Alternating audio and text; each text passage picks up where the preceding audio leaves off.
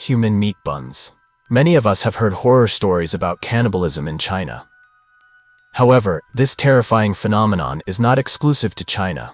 In Taiwan, a similar incident occurred when a Hotpot restaurant owner turned customers into a special dish, specifically, the main ingredient in the restaurant's goat Hotpot. It sounds unbelievable, but this is a true story. It remained hidden for 7 years without anyone discovering it. But how did the perpetrator manage to do this? More importantly, what could have driven him to such a cruel act? Don't take your eyes off the screen. This video will uncover shocking truths and the most chilling mysteries you've never heard before. Like and subscribe to our channel to explore it with us right now.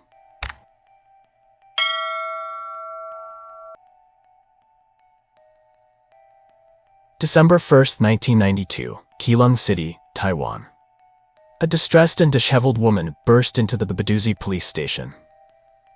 She was Li Chenyue, the mother of Li Junheng, a man who had suddenly vanished without a trace for 10 days. According to her, Li Junheng was not an irresponsible person. If he had traveled far, he would have definitely called home. Before reporting to the police, the family searched everywhere. His younger brother found his motorcycle parked in front of Alan Hotpot restaurant, but no one knew where he was. The police immediately launched an investigation. The missing person, Li Junheng, 32 years old, was a local plumber and electrician with no criminal record. Investigators visited Alan Goat Hotpot, where the motorcycle was found. The owner, Chen Wenlap, remained calm and stated that Li Junheng had visited the restaurant that day, but left shortly after. The police searched the restaurant but found nothing suspicious, so they left. The case had no leads. There were no signs of struggle, and no witnesses saw Li Junheng leaving. Moreover, investigations revealed that he had never had any conflicts with anyone and was known to be a gentle person.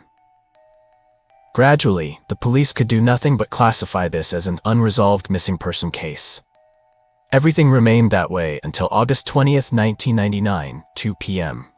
At Keelung City Police Station No. 4, a woman in her 30s appeared. She was Wang Jinlan, reporting a murder case. My ex-boyfriend, Zhang Xiaohan, killed someone, and I know who the victim was. The police were skeptical and asked her to provide the victim's identity. However, Wang Jinlan only shook her head. I don't know his real name. I only know that people called him Wen Yan. Then she began to recount the horrifying story she had kept secret for 7 years. Back then, I was in love with Zhang Xiaohan, but I had no idea he was a cold-blooded killer. One night, I saw him murder a man with my own eyes. The police shuddered. Why had she remained silent for 7 years? Wang Jinlan sobbed, then pulled down her shirt, revealing a long scar on her back. He poured molten metal on me as a warning. And that wasn't all. She pointed to her mouth. My upper teeth? He pulled them all out. According to her, in November 1992, Wang Jinlan and her boyfriend, Zhang Xiaohan, opened a small goat hotpot restaurant on Baying Road, named Alan Hotpot. On the night of November 13, 1992, around 11 p.m., a regular customer nicknamed Wen Yan entered the restaurant. He was with his girlfriend, and they enjoyed their meal and chatted happily until 1 a.m. As it got late, Wen Yan's girlfriend decided to leave first. However, Wen Yan stayed behind, continuing to drink. At that time, Zhang Xiaohan had gone to bed early after a tiring day at work. Only Wang Jinlan and Wen Yan remained in the restaurant. Wang Jinlan wanted to close up. She was exhausted and planned to clean up before heading to her room. But Wen Yan, now tipsy, insisted on drinking more. Unwilling to offend a customer, she stayed. At nearly 2 a.m., Wen Yan finally got up and stepped outside to make a phone call at a nearby public booth. Meanwhile, Wang Jinlan took the opportunity to lock up and clean the counter. However, just as she was lowering the restaurant's shutters, Wen Yan unexpectedly returned, insisting on continuing to drink. She refused, saying the restaurant was closed. But by then, Wen Yan had lost control. The alcohol made him aggressive and rude, and he began shouting and cursing. An argument broke out. Wang Jinlan demanded that he leave, but in his drunken rage, Wen Yan forcefully shoved her to the ground. From the back room, Zhang Xiaohan woke up with a start. He stepped out and saw his girlfriend sprawled on the floor while a drunk man shouted inside his restaurant. Zhang Xiaohan, known for his short temper, immediately charged at Wen Yan, and a physical altercation ensued. Wen Yan, drunk, was unable to resist effectively. Meanwhile, Zhang Xiaohan, blinded by anger, lost control and unintentionally killed Wen Yan. The weapon was an iron bar used to hang utensils in the restaurant. Wang Jinlan witnessed everything. She was too terrified to make a sound, completely shocked by what had just happened. After committing the crime, Zhang Xiaohan took Wen Yan into the kitchen and dismembered him. Overwhelmed with fear, Wang Jinlan intended to run outside to seek help. However, before she could escape, Zhang Xiaohan caught her. He then threatened and forced her into silence, leading to everything Wang Jinlan later revealed to the police. She knew that Zhang Xiaohan wasn't just making empty threats, he was a cold-blooded killer, willing to do anything to protect himself. By morning, the Hotpot restaurant was spotless, as if nothing had ever happened. However, Wen Yan's body had not completely disappeared. The restaurant assistant, Afuk, arrived. He was confused when Zhang Xiaohan told him to help carry 2 black trash bags and a cardboard box onto a truck. Jinlan clenched her teeth, unable to say anything. She could only watch as Xiaohan disposed of the evidence, unaware that the most terrifying part was yet to come.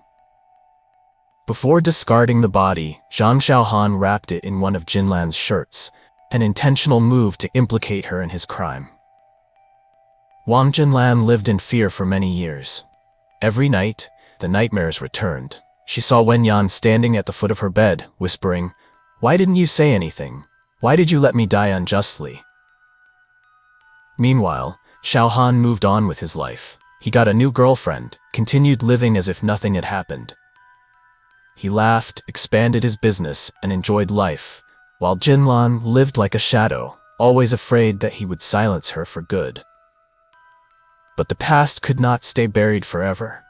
The guilt, the relentless nightmares, and the constant fear drove Jinlan to exhaustion. She became emaciated, reduced to skin and bones. Finally, after 7 years of silence, Jinlan decided to break free from her fear. She went to the police and confessed everything. As for the police, at this stage, they were still unable to verify the authenticity of Jinlan's story. Moreover, Alan Hotpot had long been shut down. The crime scene had been completely erased. Over 7 years, the restaurant had changed owners multiple times. It had been a hair salon and later a storage facility. All traces of the crime had vanished. The police faced a major challenge. They only had Jinlan's testimony, but there was no body, no physical evidence to confirm that a murder had taken place. Zhang Xiaohan had not yet been summoned. The police needed to identify the true victim before confronting him. The only lead they had was the name Wen Yan, a nickname known only to Jinlan. The police went to the Baduzi district and began their search. They knocked on doors, walked through alleys, and asked anyone who might have heard of the name Wen Yan. Surprisingly, it didn't take long.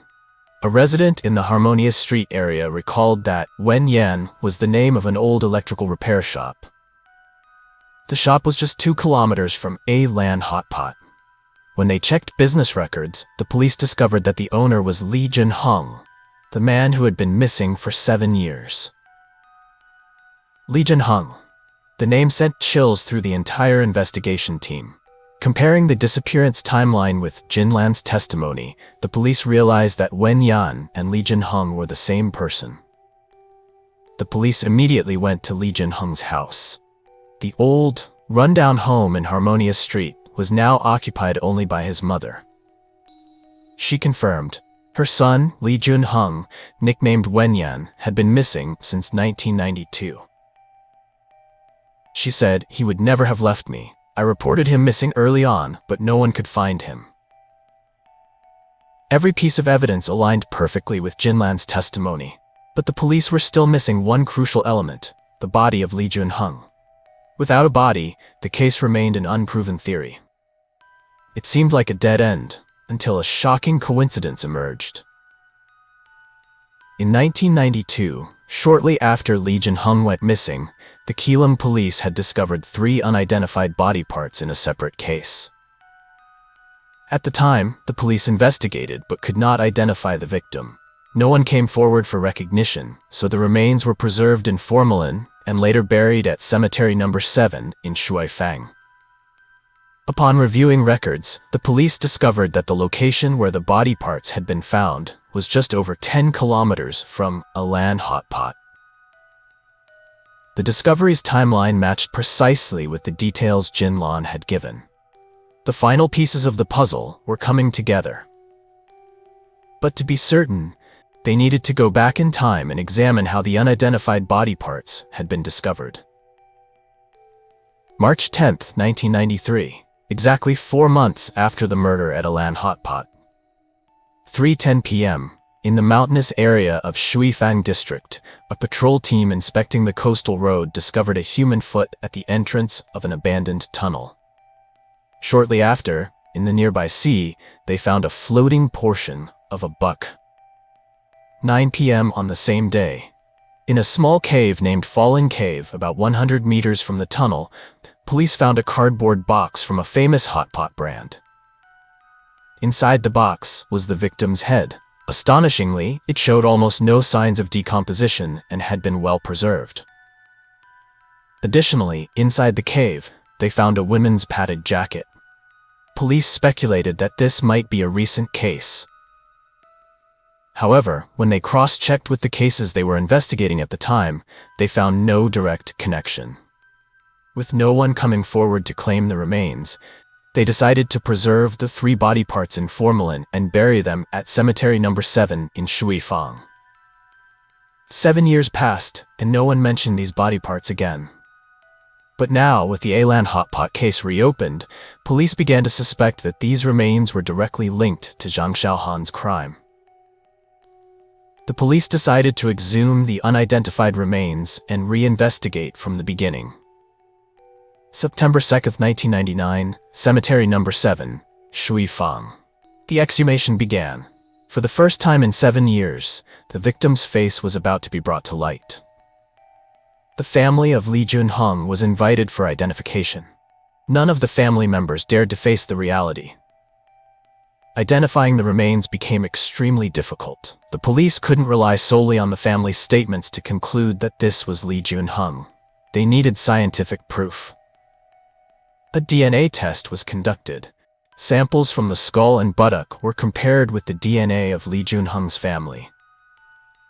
The results matched, but that still wasn't the most conclusive evidence. Forensic experts discovered a steel nail inside the skull, indicating that the victim had undergone head surgery. The police immediately checked medical records. In the past, Li Junheng had been hospitalized at the Changgung Memorial Hospital, Keelung branch, on November 12, 1991, just 1 month before he went missing. The hospital records confirmed, during surgery following a traffic accident, a doctor had implanted a steel nail in his skull. This was the most crucial clue in confirming the victim's identity. During Wang Jinlan's interrogation, she had mentioned an important detail that the police had no way to verify at the time: the women's padded jacket that Zhang Xiaohan used to wrap the body. In Fallen Cave, where the police had found the victim's head 7 years ago, they also discovered a women's padded jacket. This almost certainly proved that Zhang Xiaohan not only committed the murder, but also deliberately used Jinlan's clothing to wrap the body. It was a cunning tactic to implicate her in the crime, ensuring that she couldn't report him and would remain silent. With this evidence, the police could now connect the victim Wenyan, Li Junheng, and the unidentified body. There was no doubt anymore. Li Junheng was the one murdered by Zhang Xiaohan. The investigation team immediately held an emergency meeting. Now they had a solid chain of evidence to arrest the ruthless killer. An arrest warrant for Zhang Xiaohan was issued. A special task force was deployed to monitor him before he could escape. On September 5, 1999, police ambushed and arrested Zhang Xiaohan at his new workplace. When arrested, Zhang Xiaohan was completely caught off guard. But instead of resisting, he calmly cooperated with the police, showing no fear or remorse.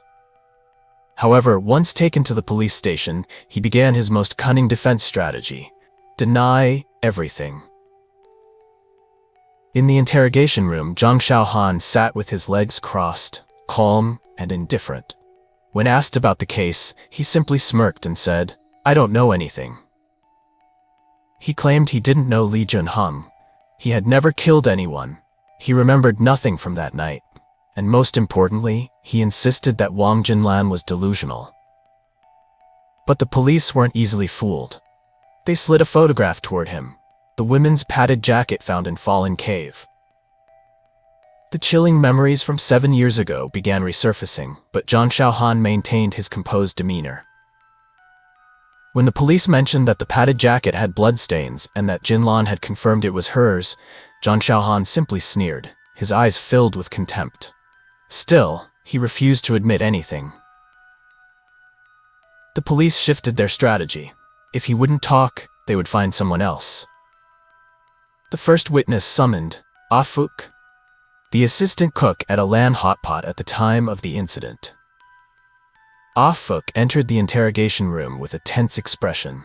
When asked about the morning after that fateful night, he recalled, upon arriving at the restaurant early in the morning, Zhang Xiaohan asked him to help load 2 black garbage bags and a cardboard box into a vehicle. It was strange. Normally, the restaurant only disposed of trash at the end of the day, but that morning, Xiaohan was in a hurry to get rid of it. Zhang Xiaohan immediately refuted this with the same old excuse. He claimed he remembered nothing. The police then presented an X-ray image of the victim and medical records from Changdong Memorial Hospital. The steel nail in the skull was irrefutable evidence. But that wasn't all. The woman who had lived in fear for 7 years, Jin Lan, finally stood up and spoke. According to her, Li Junheng's body was not entirely disposed of. In reality, Zhang Xiaohan had taken parts of it and used them as ingredients for Hotpot, serving them to customers in the days following the murder. This statement sent shockwaves through the room. However, at this point, it lacked credibility without concrete proof. Nevertheless, all the evidence was sufficient to bring the case to its conclusion. November 15, 1999, Keelung City Court. After 10 hours of deliberation, despite the perpetrator's relentless denial, the overwhelming and undeniable evidence left no room for doubt. Zhang Xiaohan was sentenced to death. It was the harshest punishment he could receive, and the justice that the public had long awaited. The case was closed, but its echoes lingered, and one haunting question remained. Did Zhang Xiaohan really use human meat in his hot pot? This concludes our video. If you enjoyed it, please like, share, and subscribe to our channel to continue following more thrilling stories. Thank you for staying with us. See you in the next video.